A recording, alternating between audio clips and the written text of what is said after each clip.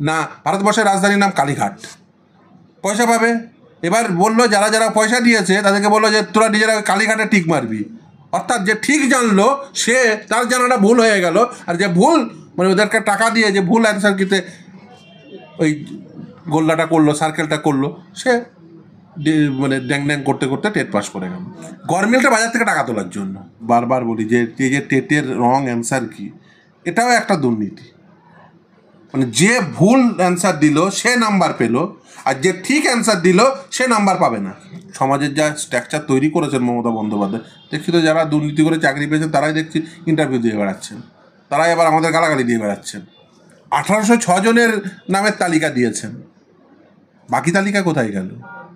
নাম লিখে দিয়েছেন, কোন জেলার কোন স্কুলের কেউ জানে না। একই নামের তো একাধিক ব্যক্তি থাকতে পারে। প্রতি বছর এই রাজ্যে টেট হয় আর ওই উত্তরপত্রে ভুল থাকে। টেট 2014 6টা প্রশ্নের ভুল ছিল, টেট 2017, টেট 2022 একটাতে 23টা আর একটাতে 24টা উত্তরপত্রে ভুল রয়েছে। তাহলে এতগুলো করে উত্তরপত্রে ভুল রয়েছে, এই ছেলে মেয়েদের যদি সঠিকভাবে খাতাটি পুনর্মূল্যায়িত হতো তাহলে এরা টেট পাস করে যেত, তাহলে এরা যে নতুন নিয়োগ প্রক্রিয়া হচ্ছে সেই নিয়োগ প্রক্রিয়ায় পার্টিসিপেট করতে পারত। এদের খাতাটা রিঅ্যাসেস না করেই নতুন নিয়োগ প্রক্রিয়া করছেন, তাহলে এদের নতুন নিয়োগ প্রক্রিয়ায় অংশগ্রহণের সুযোগ দিন, নাহলে বলুন যে অংশগ্রহণের সুযোগ দেবো যদি ভবিষ্যতে এরা টেট পাস করে। আদালত অলরেডি এক্সপার্ট অ্যাপয়েন্ট করে দিয়েছে, তাদের রিপোর্ট জমা পড়েছে, তাতে যদি দেখা যায় ধরুন একটাতে 23টা টেট 2017 এবং টেট 2022, একটাতে 23টা একটাতে 24টা উত্তরপত্রে ভুল রয়েছে, যদি দেখা যায় ধরুন 15টা বা 20টা উত্তরপত্র ভুলটা সেটা সিদ্ধ হয়ে গেল এক্সপার্ট কমিটির ওপিনিয়নে, তাহলে তারা তো অনেকে পাস করবে, তাহলে তারা কোথায় যাবে? তাদের চাকরি কী হবে? এর আগে 2020 সালে এরকম একই সিচুয়েশন তৈরি হয়েছিল। টেট 2014-তে যারা পার্টিসিপেট করেছিল তারা পরবর্তীতে মামলা করেন 2020 সালে। সেই সময় আদালত বলেছিল যে অফলাইন অ্যাপ্লিকেশন করতে প্রায় 25 থেকে 26 হাজার মামলা হয়েছিল, তাদের মধ্যে থেকে 738 জন পাস করেছিল, মানে সেটা বোর্ড নিজেরাই ডিক্লেয়ার করেছিল, ফলে তারা পরবর্তীতে চাকরি পান। গভর্নমেন্টটা কি জন্য? গভর্নমেন্টের বাজার থেকে টাকা তোলার জন্য। কিভাবে টাকা তোলে এটা পরিষ্কার হয়ে যাবে উদাহরণ দিলে। ধরুন ভারতবর্ষের রাজধানীর নাম কি? A Kolkata, B Kalighat, C new Delhi, D Chennai. এবার ধরুন যে জানে যে নিউ দিল্লি ভারতবর্ষের রাজধানীর নাম নিউ দিল্লি, সে ঠিক অপশানে টিক দিল। এবার সেই অপশানটা সেই অ্যান্সার কিটা ওরা ওই মডেল অ্যান্সার কিতে রাখলো না। কি না ভারতবর্ষের রাজধানীর নাম কালীঘাট। পয়সা পাবে। এবার বললো যারা যারা পয়সা দিয়েছে তাদেরকে বললো যে তোরা নিজেরা কালীঘাটে টিক মারবি। পরে কালীঘাটে টিক মারা যে ভুল অ্যান্সার দিল সে নাম্বার পেল, আর যে ঠিক অ্যান্সার দিল সে নাম্বার পাবে না। অর্থাৎ যে ঠিক জানলো সে তার জানাটা ভুল হয়ে গেল, আর যে ভুল মানে ওদেরকে টাকা দিয়ে যে ভুল অ্যান্সার কিতে ওই গোল্লাটা করলো, সার্কেলটা করলো, সে মানে ড্যাং ড্যাং করতে করতে টেট পাস করে গেল। এইভাবে তো আর আপনি মানে পরীক্ষা কন্ডাক্ট করতে পারেন না। দেখুন এই রাজ্যের পিটিআর রেশিও সব থেকে খারাপ, পিউপিল টিচার রেশিও সব থেকে খারাপ, ছাত্র শিক্ষকের অনুপাত সব থেকে খারাপ। কত স্কুল আছে সিঙ্গেল টিচার, গ্রামের কত স্কুল সিঙ্গেল টিচারের জন্য মানে স্কুলগুলো বন্ধ হওয়ার দশা। একটার পর একটা স্কুল, কয়েক হাজার স্কুল বন্ধ হয়ে গেছে, ইনফ্রাস্ট্রাকচার নেই, আর ছেলেমেয়েরা চাকরি পাওয়ার জন্য হত্যে দিয়ে পড়ে আছে, টেট পাস করে পড়ে আছে, তারপরে টেটে ওই যে রং অ্যান্সারকে শিকার হয়ে টেট পাস করতে পারেনি, তারা আদালতে দৌড়ে বেড়াচ্ছে। এইভাবে তো রাজ্য পরিচালনা করা যায় না। আজকে যে সংখ্যাটা 20টা দেখানো হচ্ছিল, সংখ্যাটা কি আদৌ 20 না 47টা, দুটো মিলে 47টা। টেট 2017 এবং টেট 2022 মিলে টোটাল 47টা উত্তরপত্রে। তাহলে ইচ্ছাকৃতভাবে এরকম ভুল করানো হয়েছে? অবভিয়াসলি আমি তো বারবার বলি যে এই যে টেটের রং অ্যান্সার কি, এটাও একটা দুর্নীতি। মানে যে ভুল অ্যান্সার দিল সে নাম্বার পেল, আর যে ঠিক অ্যান্সার দিল সে নাম্বার পাবে না। সেই জন্য সুপ্রিম কোর্ট বলছে আইদার সকলকে যারা দিয়ে করেছে সকলকে নাম্বার দাও, অথবা ওই প্রশ্নটি ইরেজ করে দিয়ে বাকি অংশের মধ্যে অ্যাসেসমেন্ট করো। এরা বেসিক্যালি কি করছে? এরা বেসিক্যালি ছেলে মেয়েদের এমন জায়গায় নিয়ে যাচ্ছে যাতে তারা মানে এই পুরো বিষয়টি থেকে ফ্রাস্ট্রেটেড হয়ে গিয়ে এই সরকারি চাকরি বা সরকারি শিক্ষা ব্যবস্থা থেকে মুখ ঘুরিয়ে নেন। এই শিক্ষা ব্যবস্থাটিকে ভেঙে কি লাভ হবে? ভেঙে অবশ্যই এই শিক্ষা ব্যবস্থাকে, সরকারি শিক্ষা ব্যবস্থাকে যদি ভেঙে ফেলতে পারে, আপনি সর্বমোট গোটা পশ্চিমবঙ্গে সর্বমোট শিক্ষা ব্যবস্থার সঙ্গে সংশ্লিষ্ট সম্পদের পরিমাণ ভাবুন। গ্রামের স্কুল, শহরের স্কুল, মফস্বলের স্কুল, মফস্বলের কলেজ, বিশ্ববিদ্যালয়, আপনি শহরে চলে আসুন, বিশ্ববিদ্যালয়, এই যে সর্বমোট সম্পদ, কয়েক লক্ষ কোটি টাকার সম্পদ, এই বেসরকারি পুঁজিপতিদের হাতে তুলে দিতে সহায়তা করবে। এই যে ধরুন, এই যে শিক্ষক নিয়োগের দুর্নীতি, সরকারি শিক্ষা ব্যবস্থা সম্পর্কে মানুষের একটা অনীহা, এইটা যদি তৈরি হয়ে যায় তাহলে কী হবে? প্রথমে বলবে পিপিপি মডেল, পিপিপি মডেল বলে ঢুকবে, তারপরে পিপিপি উঠে যাবে, দিয়ে বলবে বেসরকারি মডেল। এ একেবারে ওর মানে স্ক্রিপ্টেড প্ল্যান, যে প্রথমে সরকারি শিক্ষা ব্যবস্থা সম্পর্কে মানুষের অনীহা তৈরি করব, তারপরে পিপিপি মডেল নিয়ে আসবো, তারপরে পিপিপি মডেলের পরে একদম বেসরকারিকরণ করব।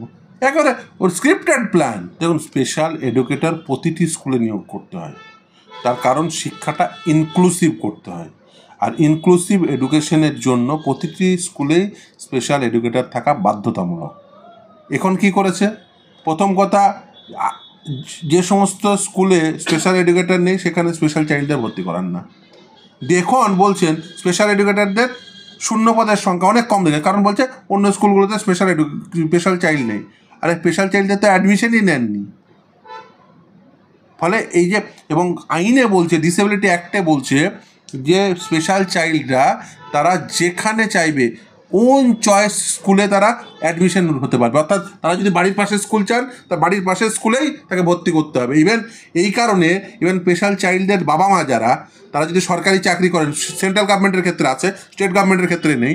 সেন্ট্রাল গভর্নমেন্টের ক্ষেত্রে বলা আছে তাদের মানে বাবা মাদের এই যে ট্রান্সফারের ক্ষেত্রে এমন জায়গায় ট্রান্সফার করা যায় না। কারণ হচ্ছে, ধরুন কলকাতায় পোস্টিং, তো তিনি তার সন্তানকে একটা স্কুলে ভর্তি করেছেন, তাহলে সেই সন্তান তার একটা এন সার্কেল দেবে। কারণ স্পেশাল চাইল্ডের এই যে ধরুন বন্ধু বান্ধব সার্কেল তৈরি হতে সময় লাগে, তো সেই একটা সার্কেল তৈরি হয়েছে। হঠাৎ করে যদি প্রতি 3 মাস অন্তর অন্তর বা 6 মাস অন্তর অন্তর ট্রান্সফার করেন, তাহলে তাদের শিক্ষায় ব্যাঘাত ঘটে, সেই জন্য তাদের ট্রান্সফার করা যায় না। এই আইন আছে, কিন্তু গণ্ডমূর্খদের কি বোঝাবেন? সরকারের ক্ষেত্রে বা রাজ্যের ক্ষেত্রে তো এই আইন দেখতে পাই না, নেই। শশী বাজাকে জিজ্ঞাসা করবেন যে তুমি তো, ও তো বোধহয় সম্ভবত নারী কল্যাণের, তো জিজ্ঞাসা করবেন শিশু ও নারী কল্যাণের কি কল্যাণ করেছে। জানেই না যে এই ধরনের একটা নোটিফিকেশান সেন্ট্রাল গভর্নমেন্টের আছে, বা এই ধরনের নোটিফিকেশান করা উচিত। আকাশ থেকে পড়বে। মানে দেখুন, এই রাজ্যে ওরা সমাজ কল্যাণ এগুলো তো মানে একেবারে মানে সামাজিক দৃষ্টিভঙ্গি থেকে প্রায় একদম সমাজের মানে প্রান্তজ সীমার মানুষদের নিয়ে চিন্তা করে করার সময় নেই। ওখানে থেকে দুর্নীতি হবে না তো, ওরা সেইটা নিয়ে ভাববে যেখানে দুর্নীতি করা যাবে। দুর্নীতি ছাড়া ওরা কোনো কিছু ভাবতে পারে না। এই যে ধরুন ডিসেবিলিটি অ্যাক্টের কত প্রভিশন, সেগুলো ইমপ্লিমেন্টেড হয়নি এই রাজ্যে। যেমন ধরুন 100 দিনের কাজে, এই ডিসেবিলিটি অ্যাক্ট নিয়ে কত কিছু করা যায়। ডিসেবিলিটি অ্যাক্টে যে প্রভিশন আছে, এই প্রভিশনগুলো ইমপ্লিমেন্ট করেছে। পারলে একবার কান্তিবাবুর সব ইন্টারভিউ নিয়ে নেবেন, কত প্রভিশন ইমপ্লিমেন্ট করেনি।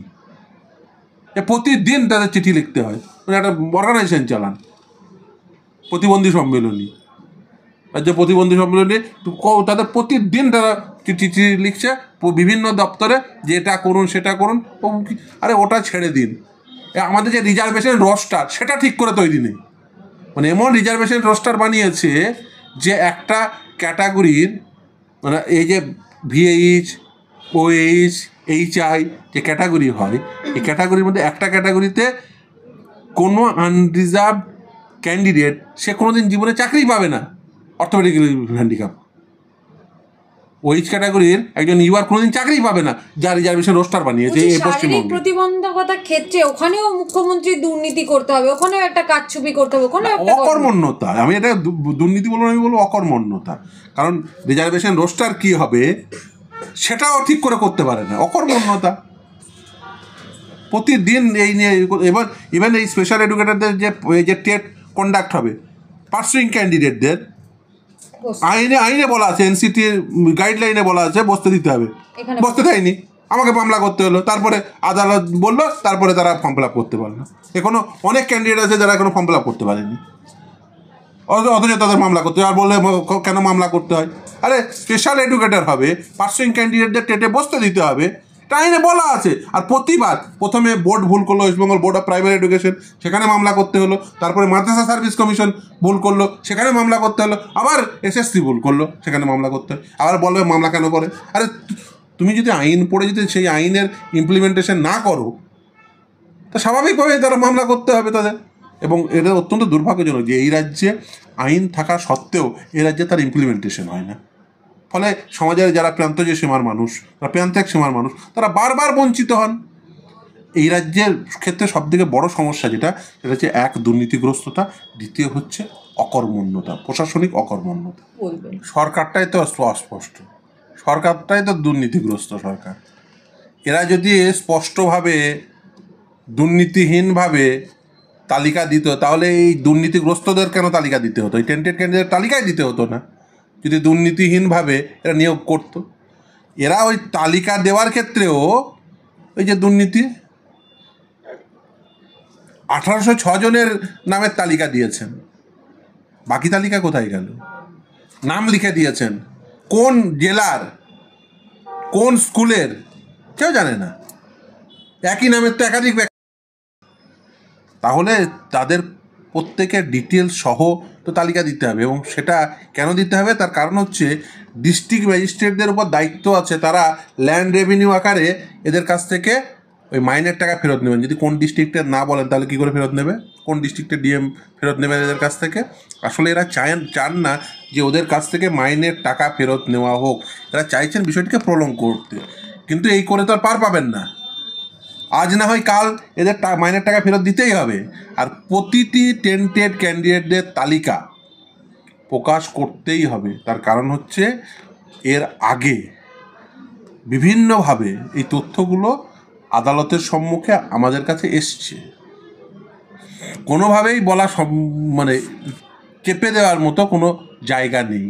আর কে কোন ক্যাটাগরির, কে র্যাঙ্ক জাম ক্যাটাগরির, কে এক্সপায়ারি প্যানেল ক্যাটাগরির, কে ওএমআর ইস্যুতে এই যে টেন্টেড, সেগুলো তো আমাকে স্পষ্ট করে বলতে হবে। এর আগে কলকাতা হাইকোর্টও একইভাবে ওদের লিস্ট বের করতে বলেছিল, ওই একই কাজ করেছিল, শুধুমাত্র নাম প্রকাশ। আসলে এরা পুরো ডিটেলসটা প্রকাশ করতে চায় না, বিষয় নেই, স্কুলের নাম নেই, কেমন লিস্ট? আমরা প্রথম থেকেই প্রশ্ন করছি যে আপনি জেলার নাম নেই, স্কুলের নাম নেই, বিষয় নেই, তাহলে একটা মানুষের আইডেন্টিটি আপনি প্রকাশ হবে কি করে? আদালত কি চাইছে? আদালতের চাওয়াটা অত্যন্ত পরিষ্কার যে কারা কারা দুর্নীতিগ্রস্ত এবং কারা কারা এই দুর্নীতিগ্রস্ত পদ পেয়ে গিয়ে চাকরি পেয়েছে, দুর্নীতি করে চাকরি পাওয়া ব্যক্তিরা কারা, এটা সমাজের সামনে পরিষ্কার হওয়া উচিত, যাতে ভবিষ্যতে একটা দৃষ্টান্ত স্থাপন হয়ে থাকে। ভবিষ্যতে আর কেউ দুর্নীতি করার সাহস করবে না, যে দুর্নীতি করলে তাহলে এইভাবে তার নামের তালিকা বেরোবে। অবশ্যই এই যা সমাজের যা স্ট্রাকচার তৈরি করেছেন মমতা বন্দ্যোপাধ্যায়, দেখছি তো যারা দুর্নীতি করে চাকরি পেয়েছেন তারাই দেখছি ইন্টারভিউ দিয়ে বেড়াচ্ছেন, তারাই আবার আমাদের গালাগালি দিয়ে বেড়াচ্ছেন। খুব পরিষ্কার যে বেসিক্যালি দুর্নীতিগ্রস্তদের প্রমোট করছেন এরা, দুর্নীতিগ্রস্ত মানুষদের প্রমোট করার জন্য, তাদেরকে ঘুরপথে অন্য একটা চাকরি পাইয়ে দেওয়ার জন্য তাদের পরিচয় রিভিল করতে চাইছেন না।